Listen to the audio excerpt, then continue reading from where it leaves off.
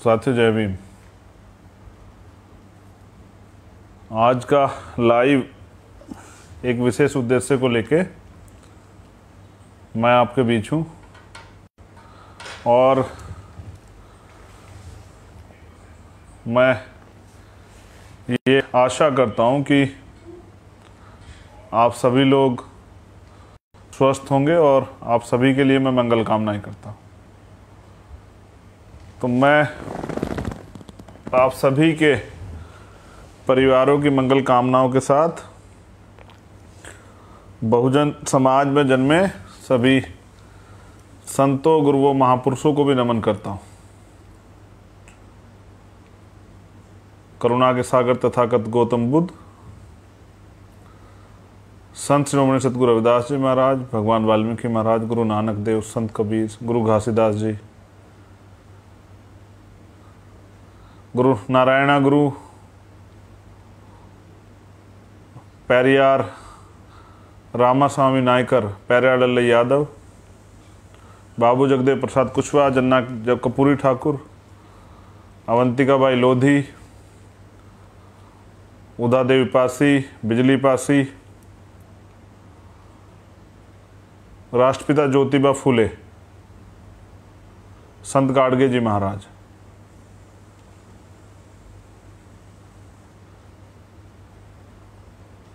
बाबू जगदेव प्रसाद कुशवाहा, छत्रपति साहू जी महाराज,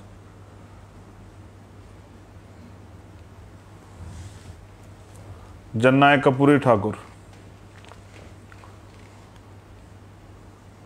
बाबू जगजीवन राम, मान्यवर दीना भाना वाल्मीकि साहब और विश्व रत्न बाबा साहब डॉक्टर भीमराव अंबेडकर, मेरे रहबर, मेरे आदर्श, मेरे गुरु मान्यवर साहब श्री काशीराम, शहीद उधम सिंह, शहीद भगत सिंह, शहीद करतार सिंह सराबा,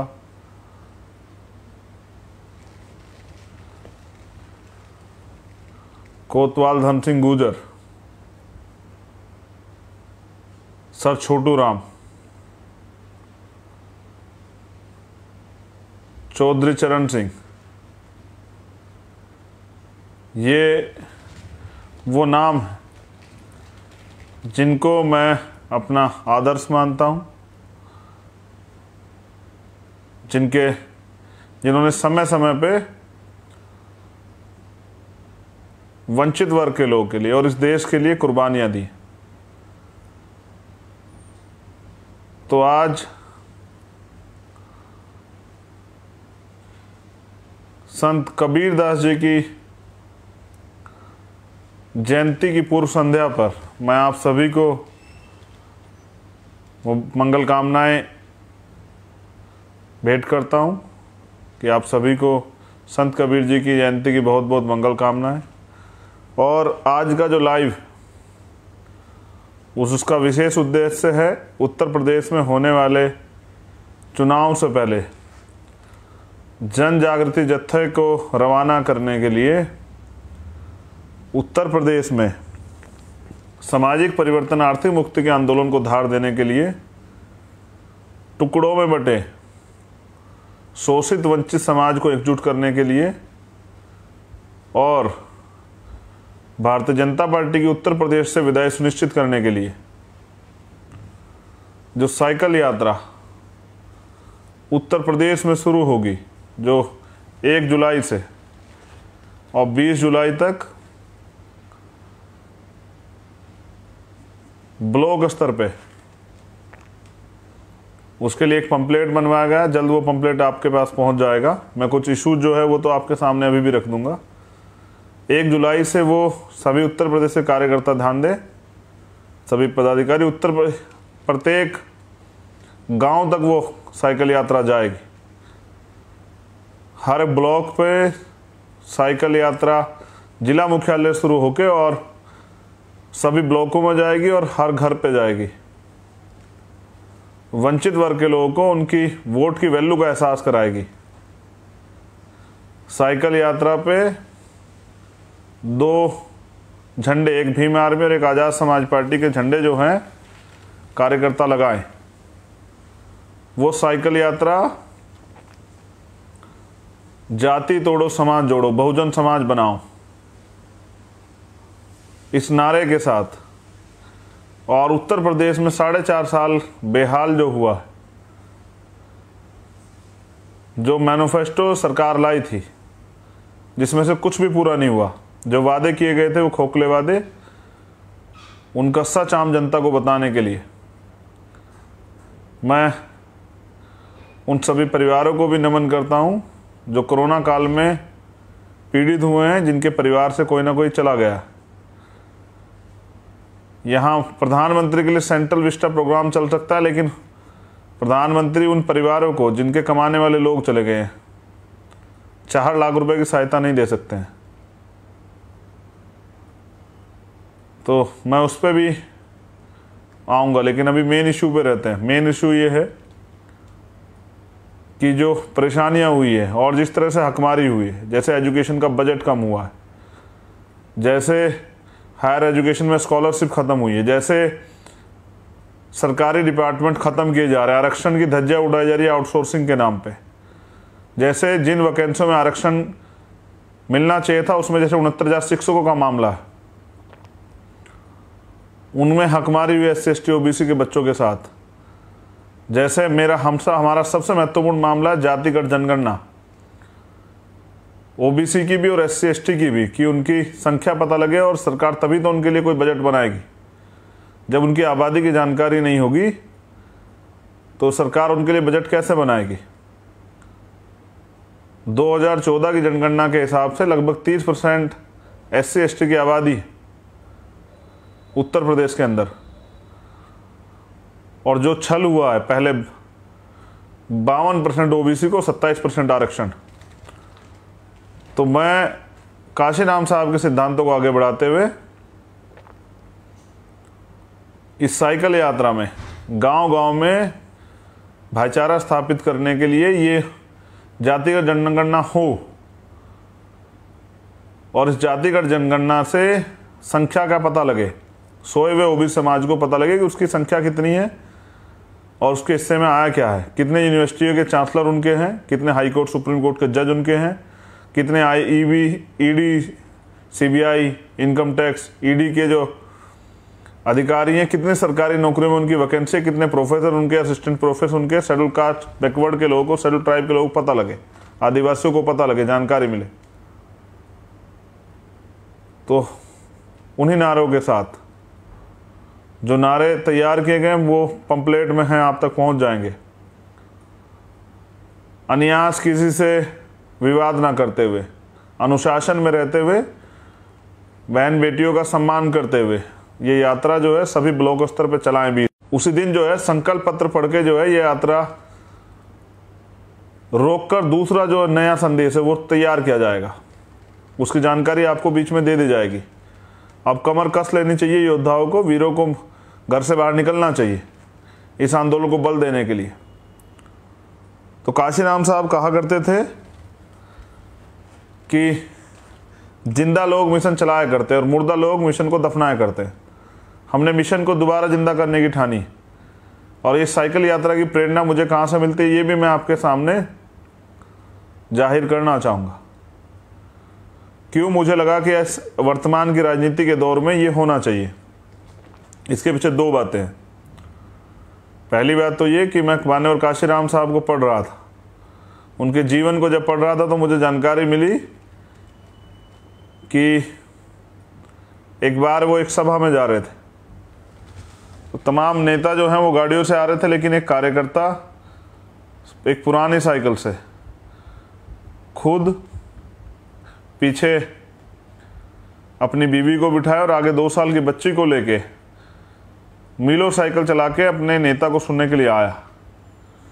काशीराम साहब ने उनकी तारीफ करते हुए कहा कि इस व्यक्ति को ना नेता बनना है, ना विधायक MP बनना है, ना ही इसे किसी की गाड़ियों की जरूरत, ना ही इसे किसी के सहारे की जरूरत है, ये मिशन मूवमेंट का सच्चा सिपाही। तो इस लोकतंत्र में मैं महसूस करता हूँ कि गरीब तो राजनीति में आ ही नहीं सकते, वो तो कुछ कर ही नहीं सकते, मैं इस वास्तविक राजनीति को, जिसके लिए बाबा साहब अम्बेडकर ने लोकतंत्र का निर्माण किया था कि 1 वोट 1 वैल्यू, कि प्रत्येक व्यक्ति राजनीति में हिस्सेदारी करके अपने लोगों का भला कर सके, जो गरीब है वो भी नेता बन सके, वो भी आगे निकल के अपने लोगों की मदद कर सके।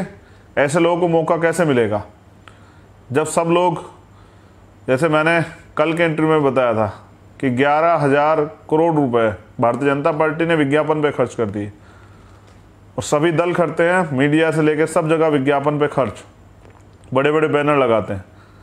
हमारे लोग भी, कुछ सक्षम लोग हैं वो लगा रहे हैं, लेकिन मैं ये महसूस करता हूँ कि इस विज्ञापन के खर्चे में तो एक प्रदेश का बजट बन जाता।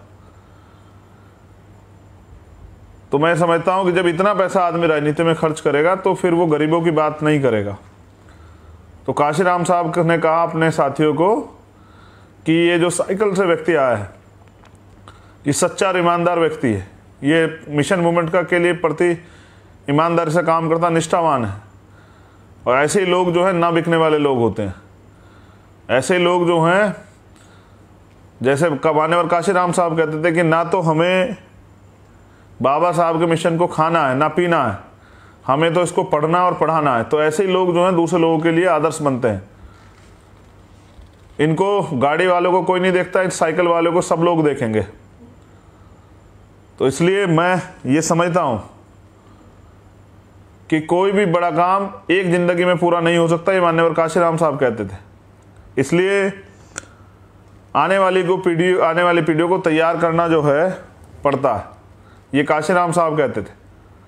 तो मैं भी साइकिल यात्रा के माध्यम से उन गरीब लोगों में, उन नौजवानों में, जो भीम आर्मी, आज़ाद समाज पार्टी कार्यकर्ता हैं, जो भूखे प्यासे रह के आंदोलन चला रहे हैं, जो अपनी मेहनत की कमाई से इस आंदोलन को मजबूत कर रहे हैं, मैं चाहता हूं कि देखो, हर पार्टी में कार्यकर्ताओं को सम्मान होता है, आज़ाद समाज पार्टी, भीम आर्मी में भी होता है, लेकिन मैं अपने गरीब कार्यकर्ताओं को ये कहना चाहता हूं कि वो अमीर कार्यकर्ताओं से अपने आप को कमज़ोर ना समझे।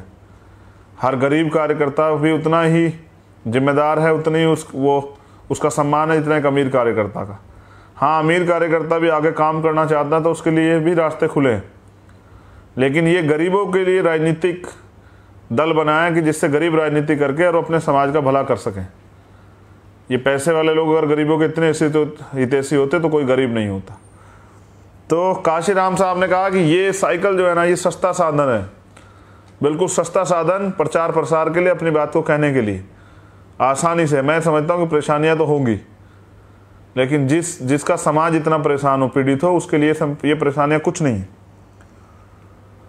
2 पैर और 2 टायर के माध्यम से जो लोग आज काशीराम साहब को कहते हैं कि हम काशीराम साहब की मूवमेंट चला रहे हैं, अच्छी बात है, आप चला रहे हैं। काशीराम साहब ने तो सिद्धांत दिए थे, विचारधारा दी थी गरीबों के लिए। जब उनके नेतृत्व में पहली सरकार बनी तो उनके कई मंत्रियों के पैर में तो एक रंग की चप्पल भी नहीं थी। आप इतिहास पता कीजिए, वो लोग तो आज शामिल ही नहीं है, उनको तो कोई जानता ही नहीं। कई लोग तो कपड़े भी नहीं थे सही ढंग के, लेकिन फिर भी काशीराम साहब ने उनको आंदोलन में लाया। और काशीराम खुश होते थे कि मैंने एक मोची को, एक कुम्हार के बेटे को, एक जो है पाल के बेटे को, एक प्रजापति के बेटे को, एक कुशवाहा, एक कुर्मी के बेटे को, मैंने जो है एक ठेले चलाने वाले को, एक सब्जी बेचने वाले को मैंने विधानसभा में भेज दिया। और वो खुश होते थे कि जब ये एक तरफ पैसे वाले लोग बैठे होंगे और जब ये गरीब आदमी विधानसभा में जाएगा तो किस तरह का माहौल बनेगा, वो प्रैक्टिकल करते थे। तो 2 पैर और 2 टायर साइकिल से उत्तर प्रदेश के घर घर जाके बहुजन समाज के उनको ये विश्वास दिलाना है कि दोबारा से गरीबों की राजनीति शुरू करके गरीबों की भलाई की लड़ाई जो है उत्तर प्रदेश में लड़ी जाएगी। और मुझे भरोसा है कि उत्तर प्रदेश के, देश के ही स्वाभिमानी युवा, जैसे आज हम दिल्ली में थे, 700 से ज़्यादा युवा साथियों ने पार्टी को ज्वाइन किया। यानी कि दिल्ली के लोगों ने भी तैयार होने के बारे में सोचा है उत्तर प्रदेश को देख के। तो पिछले 5 दिन में मैं एक दिन आगरा था, उसके बाद 2 दिन लखनऊ था, आज दिल्ली हूँ। कल संभवतः प्रयास होगा तो उत्तराखंड के रुद्रपुर रहूँगा। परसों मैं 26 और 27 तारीख में महाराष्ट्र चला जाऊंगा। हर दिन एक चैलेंज है, उसको स्वीकार करके इस मिशन मूवमेंट को आगे बढ़ाना। मेरी फेसबुक की रीच कम की गई है सरकार द्वारा, मेरे ट्विटर की रीच कम कर दी गई। उनको ये नहीं पता कि ये आंदोलन, जिस दिन चंद्रशेखर जोर से चिल्लाएगा अपने लोगों से, तो मेरी रीच जो है वो दिल्ली की गलियों में देखने को मिलेगी, जंतर मंतर पे। जब मैं अपने लोगों के जो अधिकार छीने गए उनके लिए दहाड़ूंगा, उनके लिए आवाज़ लगाऊंगा, तो मुख्यमंत्री और प्रधानमंत्री कुर्सी हिल जाएगी। तो ये आंदोलन सिर्फ साइकिल यात्रा से शुरू होकर साइकिल यात्रा पे ख़त्म नहीं होगा, उसके बाद भी जो है लगातार ये जारी रहेगा। और वो तमाम मुद्दे जो जिस तरह से आम आदमी असुरक्षित है उत्तर प्रदेश में, महिलाएं जो हैं वो पीड़ित हैं, ऐसी सरकार को क्या फ़ायदा जो बहन बेटी की सुरक्षा ना कर पाए। मैं पूरे चैलेंज के साथ कहता हूँ कि उत्तर प्रदेश में आज़ाद समाज पार्टी की सरकार आने के बाद कोई बहन बेटी किसी जाति धर्म की असुरक्षित नहीं होगी। और अगर उसके स्वाभिमान सम्मान में कोई आँच भी आएगी, उसके स्वाभिमान सम्मान कोई कमज़ोर करने का प्रयास करेगा, अपमान करने का प्रयास करेगा, तो उसको सज़ा मिलेगी, ऐसी सज़ा की वो याद रखेगा। और उसके साथ साथ इतने सख्त कानून बनाए जाएंगे कि, क्योंकि कानून बनाने का अधिकार विधायिका के पास होता है, सरकार बनाती है, कि भविष्य में कोई किसी गरीब को सताने से पहले 1000 बार सोचे। हमारे अधिकारी कर्मचारियों की भी सुरक्षा का, उनके मान सम्मान का, स्वाभिमान का ध्यान रखा जाएगा। हमारे गरीब लोगों की भी अधिकारों का, जैसे काशीराम साहब कहते, तब तो नारे धूमिल हो गए, कहते जो बहुजन की बात करेगा वो दिल्ली पर राज करेगा, वोट हमारा राज तुम्हारा, नहीं चलेगा नहीं चलेगा। जो कहते थे काशीराम साहब, कहते जो ज़मीन सरकारी है हमारी, आज कहाँ है? आज तो कुछ नहीं, आज तो जो हमारा है वो भी सरकार छीन रही है। तो 2 बातें बहुत ज़रूरी आप सब लोगों के लिए। साइकिल यात्रा, पार्टी के झंडे तैयार करने हैं। जिन कार्यकर्ताओं पे झंडे ना हो वो हाथ से तख्तियाँ लिख लें। कुछ कार्यकर्ताओं के लिए मैं आज आपसे भी अपील करता हूं, और ये अपील क्यों कर रहा हूं ये भी बताऊंगा। इसलिए कर रहा हूं कि जिस मिशन मूवमेंट चलाने के लिए और आंदोलन चलाने के लिए, सत्ता हासिल करने के लिए तन मन धन तीनों की जरूरत पड़ती है। जिसके पास तन हो तन दे, जिसके पास मन हो मन दे, और जिसके पास धन हो धन दे। मैं बहुत जल्द, कल या परसों में अकाउंट नंबर जारी करूंगा आज़ाद समाज पार्टी काशीराम का। मैं नहीं चाहता कि ये मूवमेंट मुझे दूसरों के सहारे पे चलानी पड़े, क्योंकि मैं सिद्धांत से समझौता नहीं कर सकता हूं। जो मैं रोज कहता हूं उसको दोहरा देता हूं कि सूरज पश्चिम से निकल सकता है, लेकिन चंद्रशेखर आज़ाद ना रुक सकता है, ना बिक सकता है, ना झुक सकता है, और ना ही किसी कीमत पे माननीय काशीराम साहब और बाबा साहब अम्बेडकर के मिशन आंदोलन से समझौता कर सकता है। कल एक पत्रकार साथी कह रहे थे कि सत्ता मिलने के बाद लोग बदल जाते हैं। ये सत्ता की लड़ाई, सत्ता तो मात्र साधन है, असली लड़ाई तो व्यवस्था परिवर्तन की है, जिस व्यवस्था ने आज भी हमारे लोगों को मजबूर किया है ये परेशानी का जीवन जीने के लिए। तो मैं पूरे देश में घूमता हूँ, ये महसूस करता हूँ कि सत्ता प्राप्ति के लिए तन मन धन तीनों की जरूरत होती। मैं ये बात इसलिए दोहरा रहा हूँ कि हमारे लोगों को समझ आए। मैं अपने गरीब कार्यकर्ताओं से भी कहना चाहता हूँ कि ये मूवमेंट आपके अपने संघर्षों से तैयार हुई है। इसे कोई पूंजीपति फंड नहीं करता है, इसे कोई पैसे वाला फंड नहीं करता है। ये आपके मेहनत की कमाई से, जो आप भूखे प्यासे रह के संगठन पार्टी के लिए चंदा जुटाते हैं, उससे पार्टी चलती, उससे संगठन चलता है। हम गरीब जरूर हैं लेकिन बिकाऊ नहीं है।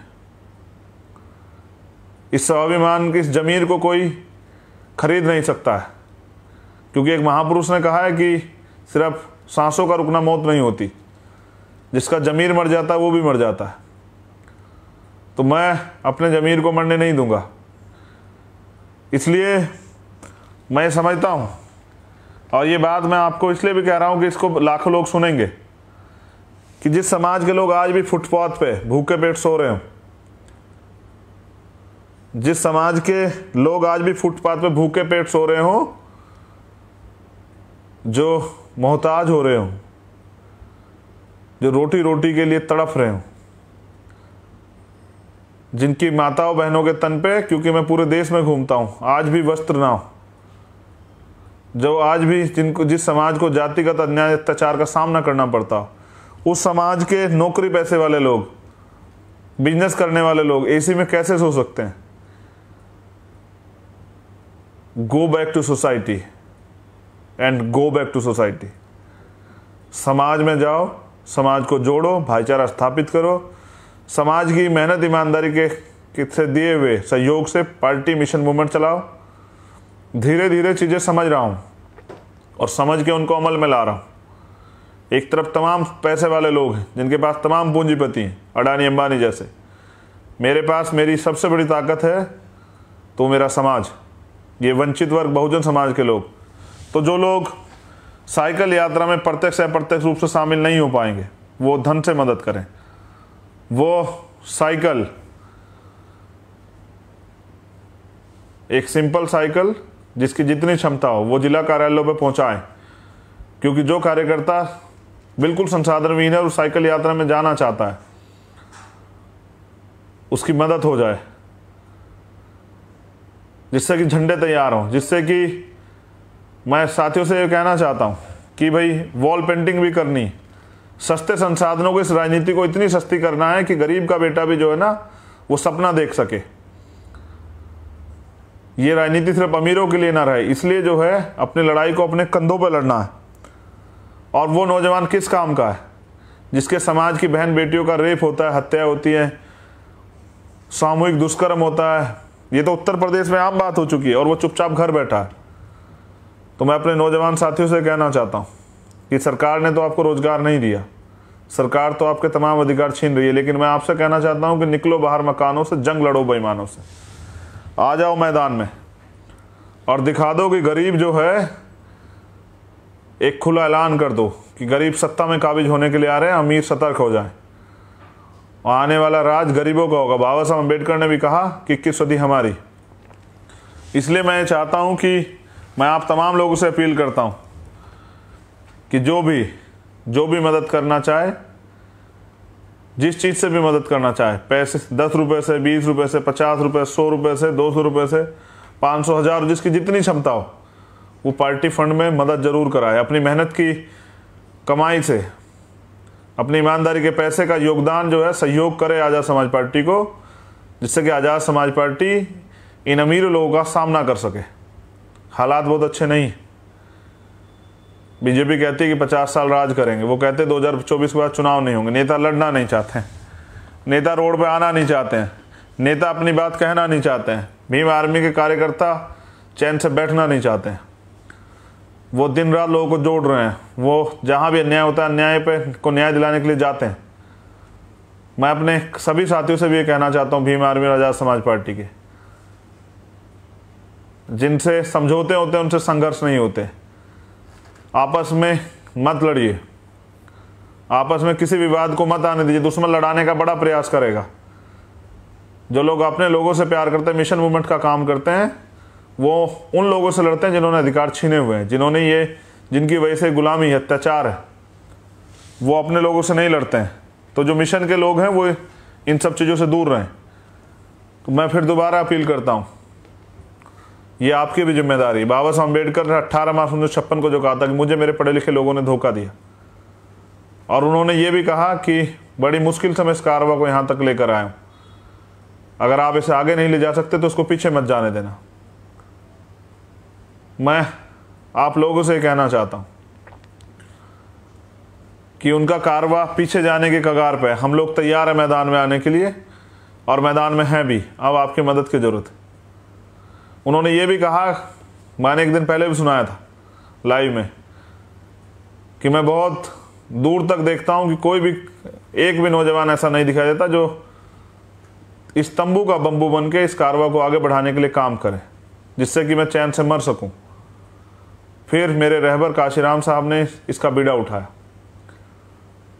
राष्ट्रपिता ज्योतिबा फूले जो महाराष्ट्र में पैदा हुए, उनके आंदोलन को छत्रपति साहू जी महाराज ने आगे बढ़ाया।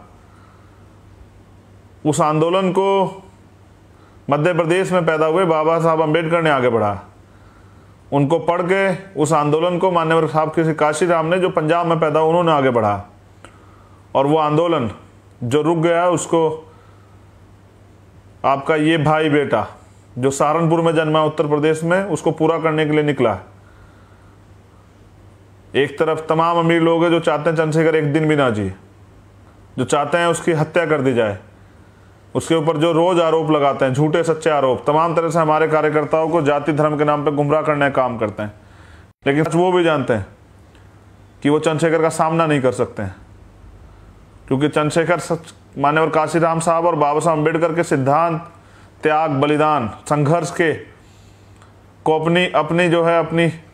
अपने सिद्धांत मानता है, जो उनके आदर्शों को पे चलने का काम करता है, जो वापस गरीबों के मूवमेंट को जिंदा करके गरीबों के लिए न्याय के रास्ते खोलना चाहता है, जो चाहता है कि गरीब लोगों को भी राजनीति में हिस्सेदारी मिले। और मेरे साथ हैं वो करोड़ों लोग जो तैयार हुए हैं भीम आर्मी और आज़ाद समाज पार्टी की इस मूवमेंट से। मैं धन्यवाद देता हूं भीम आर्मी के ईमानदार कार्यकर्ताओं का, संघर्षशील कार्यकर्ताओं का। आप हो तो मैं हूं। लेकिन मैं ये भी कहना चाहता हूं कि पढ़ने से प्राप्त होता है ज्ञान, या इतिहास को जानने से प्राप्त होता है ज्ञान, ज्ञान से मिलती है शक्ति, शक्ति से मिलता है परिवर्तन, शक्ति से होता है परिवर्तन। और इस परिवर्तन को करने के लिए, सत्ता के साथ व्यवस्था परिवर्तन के इस आंदोलन को आगे बढ़ाने के लिए मुझे आप सब लोगों के सहयोग की जरूरत है। मैं ये भी जानता हूं मेरे एक कहने पे हजारों कार्यकर्ता अपना मोबाइल बेच के साइकिल खरीद लेंगे, लेकिन वो फिर मुझे सुनेंगे कैसे? मैं उन कार्यकर्ताओं का दिल से आभार प्रकट करता हूं। मैं उनकी भावनाओं की भी कदर करता हूं कि वो परसों मैं लखनऊ था, मैंने कार्यकर्ताओं से संदेश दिया, 20-25 कार्यकर्ता थे, कि भाई ये आपकी मूवमेंट है, भीम आर्मी से जननी है, भीम आर्मी से तैयार हुई आज़ाद समाज पार्टी। भीम आर्मी जो है माँ है आज़ाद समाज पार्टी की। तो माँ अगर बच्चों का ख्याल नहीं रखेगी तो कैसे चलेगा? ये समाज जो है, ये समाज सारा भीम आर्मी का है। तो आप विश्वास कीजिए, एक कार्यकर्ता मेरा छोटा भाई, उसने अपनी मेहनत की कमाई से, मुझे नहीं पता, उसको देख के नहीं लगता कि वो कमाता होगा, उसने अपनी जेब से 100 रुपये निकाल के मुझे दिए कि भैया ये मेरा योगदान। और मैं भावुक होने से नहीं रोक पाया अपने आप को। मैं समझता हूँ कितना विश्वास, आपका विश्वास बहुजन समाज को सत्ता में लाएगा, आपका राज स्थापित होगा, कमज़ोर वंचितों की आवाज़ सुनी जाएगी, उनको न्याय मिलेगा, नौजवानों के लिए रोजगार के रास्ते खुलेंगे, महिलाओं बहनों के पे जो अन्य अत्याचारों में बंद होंगे उनको स्वाभिमान सम्मान का जीवन मिलेगा, आपको अधिकार मिलेंगे, इस जीवन से, गुलामी के जीवन से मुक्ति मिलेगी। लेकिन ये सब हो पाएगा तभी जब सत्ता आएगी। तो सत्ता से अभी हम लोग दूर हैं, लेकिन ऐसा नहीं कि नामुमकिन है कि सत्ता ना आए। अगर पूरी ईमानदारी से 20 दिन वर्करों ने अपना काम किया, मैं खुद भी किसी भी ज़िले में पहुंच सकता हूं यात्रा में शामिल होने के लिए, ये देखने के लिए क्या आप लोग जो पदाधिकारी कार्यकर्ता बने बैठे समाज को धोखा तो नहीं दे रहे हैं। मैं ये जानने के लिए, जहाँ तक मैं मानता हूँ कि इस बात का तो मुझे विश्वास है कि ऐसा नहीं होगा, लेकिन मेरी जिम्मेदारी है एक लीडर होने के नाते अपने साथियों कार्यकर्ताओं को, जो मेरा परिवार है, उन पर ध्यान रखना। तो मैं आपसे अपील करता हूँ, कल या परसों में मैं अकाउंट नंबर जारी करूँगा, और मैं किसी पूंजीपति, किसी उद्योगपति, किसी पैसे वाले के इशारे पे इस मूवमेंट को नहीं चलाऊंगा। काशीराम साहब कहते जो सहारा देगा वो सहारा भी देगा। जब मैं दूसरों के सहारे इसको चलाने के बारे में सोच भी नहीं सकता हूँ, तो किसी के इशारे का तो मतलब ही नहीं बनता है। मैं इसलिए आपसे अपील कर रहा हूँ कि अपनी पार्टी को चलाने के लिए आर्थिक मदद करें और इसको अपनी मेहनत की कमाई से सींचे, जिससे कि इसका फल जो है समाज को मिल सके, और ये मिलेगा, ये मेरा विश्वास है। तो पूरे देश के कार्यकर्ताओं से मैं ये कहूँगा कि वो उत्तर प्रदेश में आंदोलन को आगे बढ़ाने के लिए होने वाली साइकिल यात्रा की संसाधन जुटाने के लिए मदद करें। जो साइकिल से मदद कर सकता हो वो एक सामान्य साइकिल को जिला कार्यालयों पर पहुंचा दे, जिससे कि वो वर्कर जिस पे जो आंदोलन में भागीदारी करना चाहता है उसको वो साइकिल के प्रयोग से इस बात को जो है गांव-गांव तक, लोगों तक पहुंचा सके। जैसा मैंने कहा, सतर्कता रख के जो है इस आंदोलन को आगे बढ़ाना है। और मेरी बहुत बहुत मंगल कामना है। आने वाला कल आपका है। बाबा साहब अम्बेडकर ने कहा 21 सदी हमारी। मैं पढ़ता रहता हूँ इतिहास को, अपने रहबरों को, अपने गुरुओं महापुरुषों को, वो मुझे सीख देते हैं। जो परेशानी आज है वो पहले भी आई है, वहीं से मुझे बल मिलता है। मैं ये समझता हूँ कि हमारे कार्यकर्ता आज इस क्षमता में है कि गाड़ियों का इंतजाम भी कर सकते हैं, मोटरसाइकिलों का इंतजाम भी कर सकते हैं, उसके लिए भी मौका मिलेगा। लेकिन मैं तो ये देखना चाहता हूँ कि वो कितने कार्यकर्ता हैं जिनको मान्यवर काशीराम साहब कहते थे कि जो झंडा लगा के साइकिल पे आ रहा है मीलों से चल के, वो ना बिकने वाला मेरा लीडर, मेरा नेता, मेरा छोटा भाई, मेरा परिवार का साथी, इस मिशन मूवमेंट का, काशीराम साहब, बाबा साहब अम्बेडकर के आंदोलन का सिपाही। मैं भी एक इस सफ़र पार कर रहा हूँ, एक सफ़र में हूँ, आपके भरोसे, अपने समाज के भरोसे, अपनी बहनों के, अपने माताओं के आशीर्वाद के भरोसे, अपने बुजुर्गों के आशीर्वाद के भरोसे, नौजवानों के प्यार विश्वास के भरोसे। तो इस विश्वास को, जो विश्वास आपने जताया, मैं इसको टूटने नहीं दूंगा। लेकिन इस आंदोलन में बढ़ चढ़ के हिस्सेदारी लें, अपने आंदोलन को मजबूत करें। जय भीम, जय भारत, जय संविधान, जय लोकतंत्र, जय विज्ञान। आप सभी के लिए मंगल कामनाएं। तो सतर्क रहते हुए, दुश्मन लोग प्रयास करेंगे आपके आंदोलन खराब करने का। सतर्क रहते हुए अपने आंदोलन को चलाना है और कानून के नियमों का भी पालन करना है। मैं बहुत जल्द, कल या परसों में, पार्टी का अकाउंट नंबर जो है जारी करूंगा, जिससे कि आप लोग उस अकाउंट में अपनी मेहनत कमाई से मदद करके इस आंदोलन को आगे बढ़ा सकें। मेरी इस अपील के साथ कि निकलो बाहर मकानों से, जंग लड़ो बेईमानों से, और मेरी इस अपील के साथ कि संघर्षों के साए में घनघोर जवानी पलती है और इतिहास उधर झुक जाता है जिस ओर जवानी चलती है। ये नौजवान साथी, बहुजन समाज की रीढ़, जो जहाँ तक मैं समझता हूँ कि मैंने कैडर से बहुत सारे लोगों को तैयार कर दिया है, जो पूरे देश में होने वाले बहुजनों के अत्याचार को अपने परिवार पर अत्याचार मानते हैं, और वो लोग तैयार भी हो चुके हैं इस आंदोलन को आगे बढ़ाने के लिए। आप सब लोग इसमें सहयोग करें, ऐसे ही आगे बढ़ते रहेंगे। धन्यवाद। जय भीम, जय भारत।